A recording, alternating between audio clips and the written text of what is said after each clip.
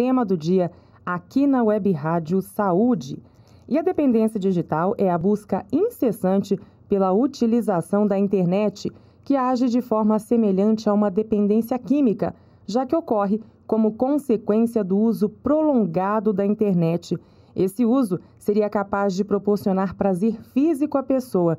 Este prazer está relacionado a fatos e reações simples, como downloads, interatividade, e-mails, em que o contato direto com o organismo origina descargas elétricas entre os neurônios por meio da chamada dopamina. Para falar sobre esse assunto, nós vamos conversar agora com o coordenador do Departamento de Informática Psiquiátrica da Associação Brasileira de Psiquiatria, Dr. Fernando Portela Câmara. Doutor Fernando, bom dia. Bom dia. Bom, doutor, existe realmente essa dependência digital? Olha, isso é uma questão muito controversa, né? Isso é um paradigma, né? Baseado na questão da dependência de drogas, mas eu não tenho certeza, nem se pode afirmar se isso realmente é um fato, viu? Acontece o seguinte, a sociedade está mudando, a tecnologia de informática, que é acessível a todo mundo agora, está mudando o tipo de comunicação humana, reduzindo consideravelmente as distâncias, estabelecendo diálogos impossíveis anteriormente em tempo real, né? Etc. O que acontece é que as pessoas estão se adaptando a isso e o mundo, a sociedade também.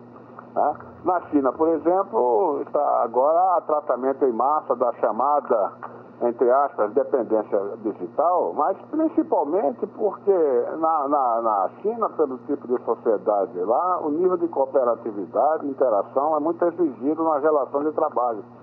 O indivíduo que passa mais tempo na internet ou no computador naturalmente é prejudicial a essa estrutura, a esse modelo de sociedade. Então isso é visto como uma doença, quando pode não ser. O que acontece é que o modelo de sociedade atualmente, o modelo de trabalho, é incompatível, né, com esse tipo de comportamento que a tecnologia digital promoveu nas sociedades.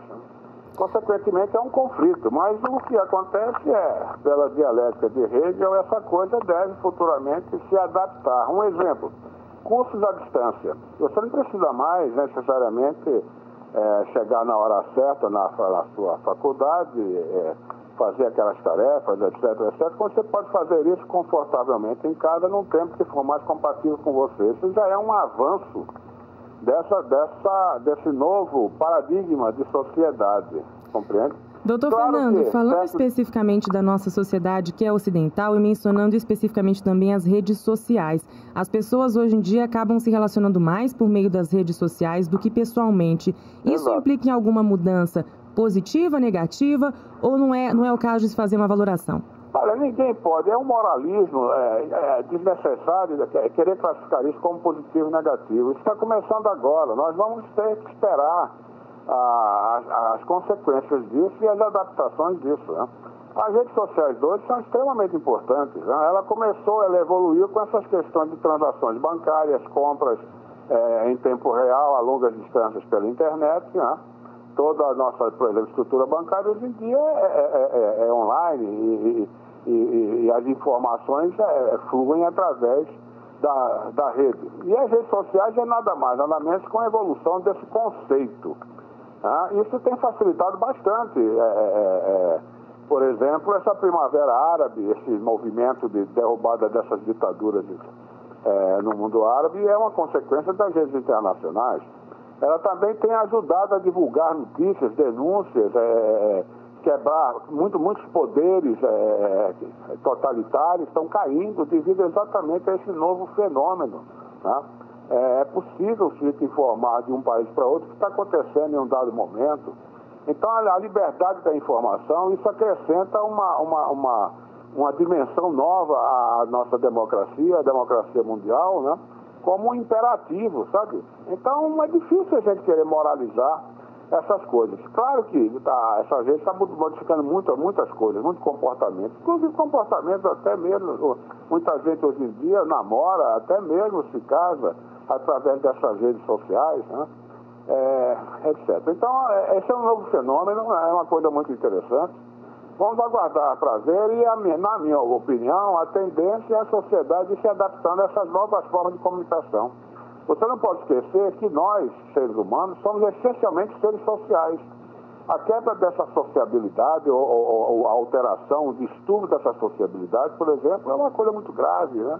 E a esquizofrenia, por exemplo, o autismo, por exemplo, hoje em dia é visto como um distúrbio exatamente por causa disso, né? A falta da comunicação que é necessária para o indivíduo ter uma existência, né? Existir, de fato, né? Como ser social. Inclusive, nossa própria biologia depende disso. Hoje nós sabemos que a evolução humana não é somente genética, como nos animais e plantas. Ela também evolui paralelamente do ponto de vista conceitual, da formação de linguagem, da formação de conceitos e de concepções de sociedade, das coisas, de fenômenos, etc. Entendeu? Portanto, é um fenômeno muito complexo, é um fenômeno novo, né? E muito interessante. Por outro lado, a gente pode dizer que, por exemplo, as sensações que as pessoas descrevem, que quem acredita numa dependência digital descreve, como, por exemplo, a pessoa fica viciada em fazer um download ou então numa resposta numa rede social e encontrar alguma pessoa no bate-papo, isso gera ansiedade, isso tem uma relação com neurotransmissores. Tudo isso, então, a gente pode entender como um desdobramento do que já acontece na vida das pessoas. Isso tudo aí não deve se levar para o lado patológico. Isso é normal, até pombo. Se você é um animal, um cachorro, um pombo, se você dá a ele alguma coisa interessante, ele vai tentar repetir aquilo. Essa estrutura não é patológica. Isso é um problema de design do nosso cérebro. Né? O nosso cérebro, infelizmente, é assim. Você compreendeu? Ele tende a repetir as coisas que ele gosta e rejeitar as coisas que ele não gosta. Então a gente não deve colocar esse estigma de vício em qualquer coisa que possa acontecer. Né? É muito diferente isso, né? Da questão da dependência química de drogas, compreendeu? São coisas diferentes, né? A gente aparentemente tende a descobrir semelhanças, tudo, mas são apenas isso, semelhanças. Ainda falta muito estudo para se entender melhor isso. Né? Agora, evidentemente, o indivíduo que é introvertido, ou o indivíduo que tem umas tendências autísticas, por exemplo, claro que ele prefere se comunicar através de um ambiente virtual onde ele não tenha de interagir, por questão de fobia social, por uma questão até mesmo de estrutura de personalidade com o ser humano, né? Ele vai preferir isso, né? Mas nós não devemos generalizar as exceções, né? Como uma coisa, uma catástrofe, né? Não existe essa coisa. Essa dependência da internet, por enquanto, é um mito, na minha opinião, viu? Tá certo, nós conversamos aqui na Web Rádio Saúde com o coordenador do Departamento de Informática Psiquiátrica da Associação Brasileira de Psiquiatria, Dr. Fernando Portela Câmara. Doutor, muito obrigada por sua atenção, um bom dia para o senhor. Obrigado, eu que agradeço a oportunidade.